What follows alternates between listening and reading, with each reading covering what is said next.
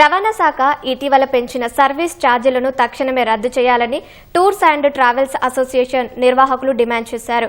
తెలంగాణ, ఆంధ్రప్రదేశ్ల మధ్య అగ్రిమెంట్ వల్ల ట్రావెల్స్ నిర్వాహకులపై ఆర్థిక భారం పడుతుందని ఆందోళన వ్యక్తం చేశారు. హైదరాబాద్, ఖైరతాబాద్లోని రవాణా శాఖ ప్రధాన కార్యాలయంలో ట్రావెల్స్ అసోసియేషన్ నిర్వాహకులు వినతి పత్రాన్ని అందజేశారు.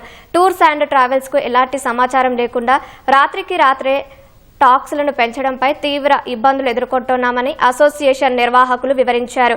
కేవలం ఒక్కరోజు ప్రయాణానికి కూడా వారం రోజుల ట్యాక్స్ను చెల్లించాల్సి వస్తుందని టూర్స్ అండ్ ట్రావెల్స్ నిర్వాహకులు ఆవేదన వ్యక్తం చేశారు. తెలంగాణ వాహనాలు ఆంధ్రప్రదేశ్లోకి ప్రవేశించాలంటే 15,000 రూపాయలు చెల్లించాల్సిన పరిస్థితి ఎదురైందని ఆవేదన చెందారు. మా ట్రాన్స్పోర్టు విధానం అనేది చాలా తగ్గిపోయింది. మాకు దంద లేదు. ఆంధ్రప్రదేశ్, తమిళనాడు ట్యాక్సీలు కట్టి బండ్లు పోలేక, టూరిస్ట్ తిరగలేక చాలా ఇబ్బందులు పడుతున్నాం. మేము ఓనర్లం. గ్రీన్ ట్యాక్స్ ఆంధ్రప్రదేశ్లో ఎలా తగ్గించారో మీరు కూడా అట్లాగే తగ్గించండి అని చెప్పి లెటర్ కూడా ఇచ్చడం జరిగింది. ఇప్పుడు ఆంధ్ర, తెలంగాణ మధ్య ఈ ట్యాక్సెస్ భారం చాలా హెవీగా ఉంది.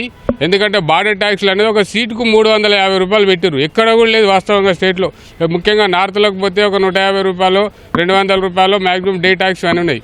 ముఖ్యమంత్రి గారికి చాలాసార్లు గత ముఖ్యమంత్రి గారికి అప్పీల్ చేస్తే కూడా మేము చేస్తామని చెప్పి పట్టించుకోలేదు. ఇప్పుడు రేవంత్ రెడ్డి గారు ముఖ్యమంత్రి వచ్చిన తర్వాత వారు దీని మీద స్పందిస్తారని చెప్పి మేము అనుకుంటా ఉన్నాం.